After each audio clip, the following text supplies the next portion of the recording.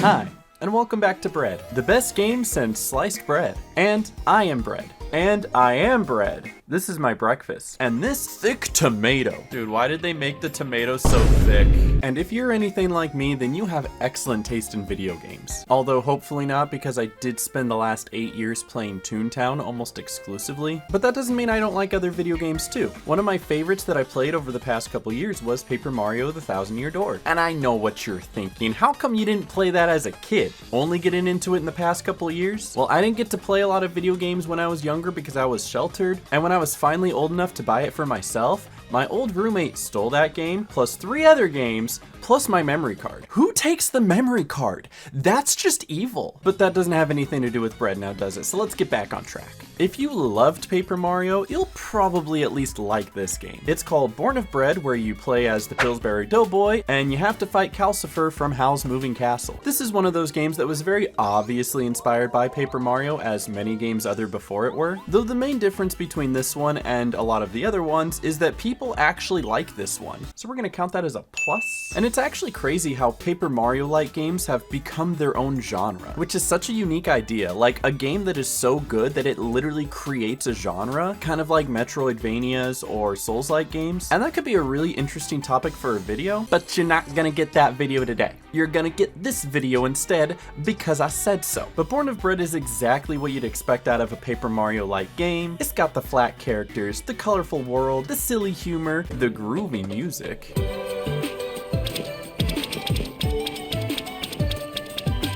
And of course, the battle mechanics. The turn-based combat that requires a small bit of attention if you want to actually deal damage and block against attacks. There's also this system for type matchups, like which attacks are going to be more powerful against which enemies, kind of like Pokemon, but it didn't really feel that intuitive to me, so instead I just got this axe and hit everything with this axe, because this axe is the best weapon in the game. There's also different badges that provide buffs to your gameplay. They're called boons, and before today, I had never heard the word boon before. Honestly, I thought it said the word balloon, like Bloons Tower Defense, so I called them balloons through my entire playthrough of the game. But for the sake of the video, we're just gonna call them badges. So with all that out of the way, let's take a look at what this game is about. The game starts with these 3 professors that unleashed a great evil into the world, you know, as professors do. And this badger over here is just like, fuck this shit, I'm out. And then we immediately cut to this baker who is creating a loaf of bread that comes to life, and it looks a little bit like Alex Clark. And if you think the lonely man's creation suddenly coming to life parallels Pinocchio, then don't you worry, because there is a giant whale later in this game. Shortly after our creation, we catch Papa getting into some trouble at the Queen's dinner as there's a giant altercation between him and our main villain. We got Jester, who is our main villain and has massive daddy issues, Leela from Futurama, Goth Samurai Jack, and then these 2 guys who are just not as important. So anyway, everything explodes. And we find ourselves launched into the forest where we find our first buddy named Lint. He's a small raccoon who has more anxiety than I do, and I'm sure probably would have peed his pants several times throughout the game if he actually wore any. He's lost in the woods because him and his family went camping and they never came back to look for him. Oh, honey, how do we tell him that they're not coming back? They lost you in the woods? Yeah, that's what they did. We make it back to town where Papa gets arrested, and this kickstarts our journey so we can try to prove his innocence. Which is a nice idea, but Papa Baker's been avoiding his taxes for years, and it was only a matter of time before it caught up with him. This sends us across the land to find these things called Sunstone Shards, which sounds like something right out of Pokemon, but like, screw it, let's just call them Sunstones anyway, because I can't be bothered to come up with a new name. And we make friends with this ugly pig who keeps trying to convince me that he's a dragon, and he's technically how you save the game, but in a fun little twist, he also live streams your fight to the internet, like on Twitch and stuff. And this is cute and all, but I do have 2 things to say about this. Number 1, anyone who incorporates these characters who live stream into their video games have absolutely no clue what a viewer count to chat speed ratio is. In the game, it says I'm live streaming to 28 people, and I've live streamed to 28 people before. And there is absolutely no way the chat moves that fast with 28 people in it. If you're live streaming to 28 people, there are probably 3 of them in chat, and 2 of them are talking to each other. And number 2, they got really real with some of these chat comments. Will there be a VOD of this? Guy said, frick yeah. Early girl, crush me please. I'm sorry, huh? Honestly, bravo, because that's exactly what Twitch chat is like. So we have to collect these sunstones, and the first one takes us back over to the forest that we just came out of, where we come across a full-fledged race war between the badgers and the birds. You know, the most common of enemies. We go through some mines, and then we have to go down to the depths below, traversing through the swamp where we fight this demented tree trunk. And as scary as this dude looks, he's actually a pretty nice guy. Terrible penmanship, but his heart's in the right place. It's hard to decipher the words, but the intention is clear. With the evidence from the tree trunk, Papa Baker is released, but the adventure is not over yet because we have 4 more sunstones to recover. The next one takes us over to this farmland that I just can't get to because it's blocked off, and I spent 20 minutes running in circles trying to figure out how to open it up, having no clue that I was supposed to go into this specific room in the castle to trigger a cutscene just to allow me to proceed. So I'm running around like a chicken with his head cut off, just completing a bunch of random side quests because I can't figure out what else to do. And then I met the cast from The Office.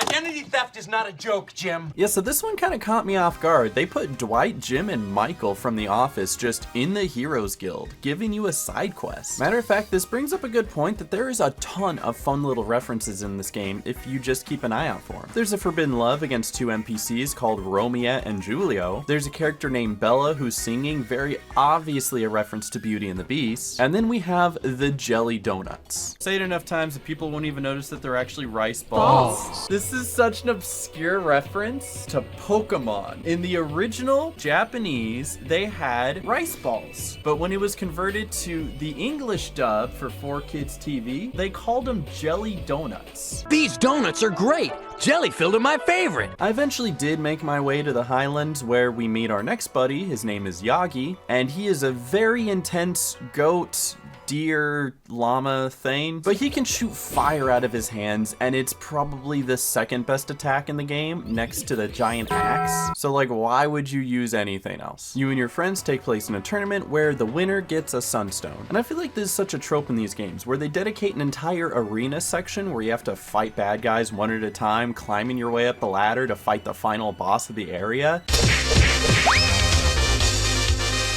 Or not. Maybe it just skips to the last part, which honestly I kind of dig that. Just let me fight the dude already, you know? Matter of fact, let me fight the final boss right now. Let me fight Ganondorf now. Could you imagine you hop into a Zelda game, the first door you walk into, and it's just Ganondorf there? I'm describing a Legend of Zelda randomizer. That's what I'm doing. From there, we steer towards Nicey Village, where they give tours on a bus that nearly fell into a river. And after that, I didn't really trust this tour, but then the bus driver told me that he lost one of the tourists and just isn't concerned about it because they prepaid. And now that I think about it, that could be what happened to Lint and his parents. They lost him, but it's okay because they're already writing him off as a dependent on their taxes. I shouldn't have to say this, but don't do that, guys. That's very immoral and illegal. And it's the same thing that happened to the baker when he was trying to convince the IRS that a loaf of bread was his son. Please, no, he's my son, I swear. And that's why he went to jail for tax evasion. And then right on the outskirts of town, we come across a haunted mansion, the one with Eddie Murphy, because frankly, the new one just wasn't as good. And inside we meet a pompous rich family where the dad is just way too into business. The mom is an astrology girl on TikTok. Grandma is a painter. The brother is still anxious about COVID. And this is where we meet our third buddy, little pal, little friend,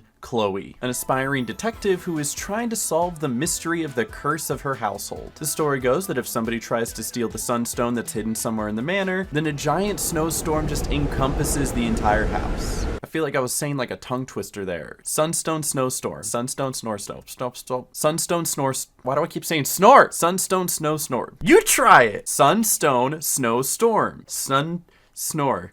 God! So we team up with Chloe and we run up and down the stairs several times, and we end up finding it in this secret room that can only be unlocked if you put like the arm on this statue, but the arm was locked in the igloo outside, which kind of tells me that somebody who locked it in there knew this whole thing and was just trying to keep everyone away from it, which is just a whole other conspiracy that they're just not touching upon. Matter of fact, there's just so many other conspiracies going on in this game. In the mansion, we see this newspaper that has like this fox thief, which is very obviously this other fox fellow from the Heroes Guild, and they just completely do not acknowledge that whatsoever. So some mysteries were just never meant to be solved, I guess. There's a little segue after that where the #1 hero of the guild is chasing down Jester, and yes, I'm thinking exactly what you're thinking. This looks nothing like All Might. And then Jester kidnaps Papa Baker, trying to trade him for the Sunstone we have. Hijinks ensues because of course it does. What the fuck? And now he has 4 of the 5 stones, only needing 1 more, which of course is at the bottom of the ocean.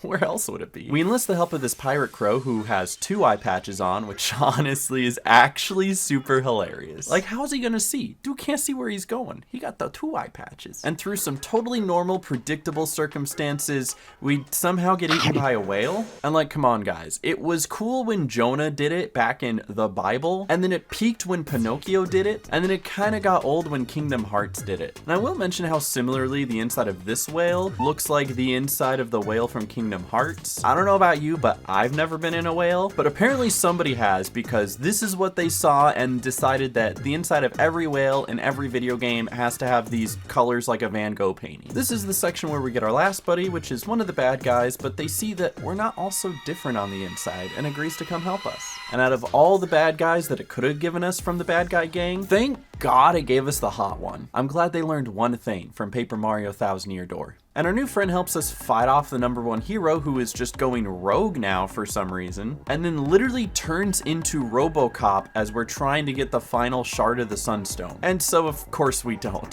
Fuck this shit, I'm out. So now Jester's trying to use the Sunstone to raise the dead, and we hop on this airship from Mario Odyssey so we can go stop him. We get up there and then we beat him up, and then we beat up his undead dad. Told you this guy has some major daddy issues. And then this part of the game is much shorter than the rest, and it wraps it up all cleanly, and then the queen still hates us. And then that was the whole game. Yay! It was actually quite fun, to be honest. There's one point in video games whenever I'm trying to review them or rate them that I think is one of the most important qualities, and that's if it's fun. I don't care if it's open world or not. I don't care if it has skill trees. I don't care if you can romance every character in the game. It could have those things, it could not have those things, but if it's fun, I'm gonna recommend it. Now, this game does have its faults, because every indie game will. Even AAA titles seem to not get that right sometimes. A lot. They don't get it right a lot, but that's just kind of how video games are. A couple of them that I found is like if you're doing a race with Miss Thickums over here and you're not done with the actual story yet, while you're doing a race you can hit a cutscene and it just ruins your time trial run. What?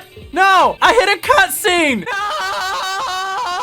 And then there are other places in the game, many other places in the game, where the camera just absolutely wigs out for no reason. I think the camera has more anxiety than Lint does. The organization for your options and customizations could be a bit better as well. Like, it'd be nice if there was just like a quick button on the controller to swap between all of your characters, rather than opening the book, going to the page, swapping to the character, closing the book, and then using them for 5 seconds to hop on a platform. And then not to mention, if you do want to customize your little buddies, it is not on the same page where you select which buddy to use. No, it's over here on the items page. Can you see it? Because I didn't for the longest time. Yeah, it's these little dots in the middle of the book. And because they're just dots, you can't preview what the character looks like unless you select it, select that character on the other page, and then close the book to see if you like it or not, only to find out that it looks like Dub ate some bad cotton candy and needs to throw up. There's another point where I hit a couple of enemies down to 0 HP. Wait, they have 0 health. That shouldn't exist. Hey man, I'm dead inside too, but like, that doesn't make sense. And then it's not really a bad thing, but something I noticed is that this sound effect whenever you collect one of these chameleons is just the same sound effect from Super Mario Sunshine whenever you save the game.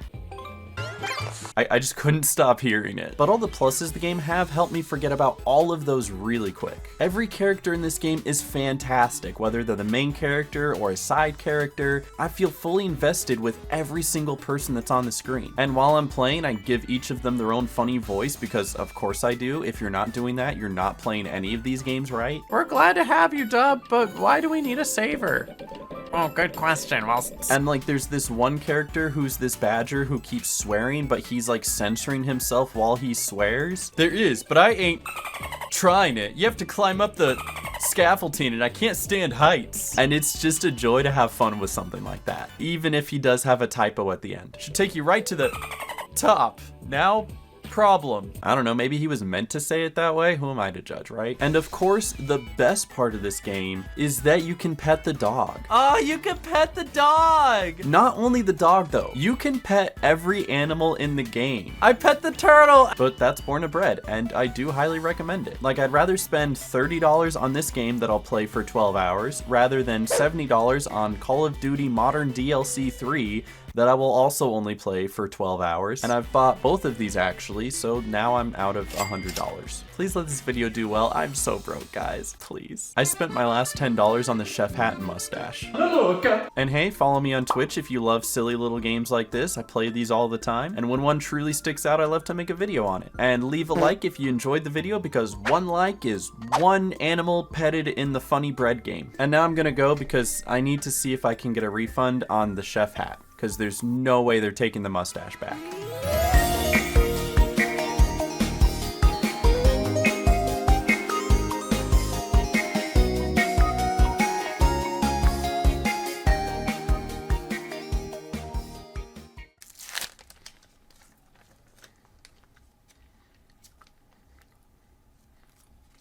Shouldn't eat the tape.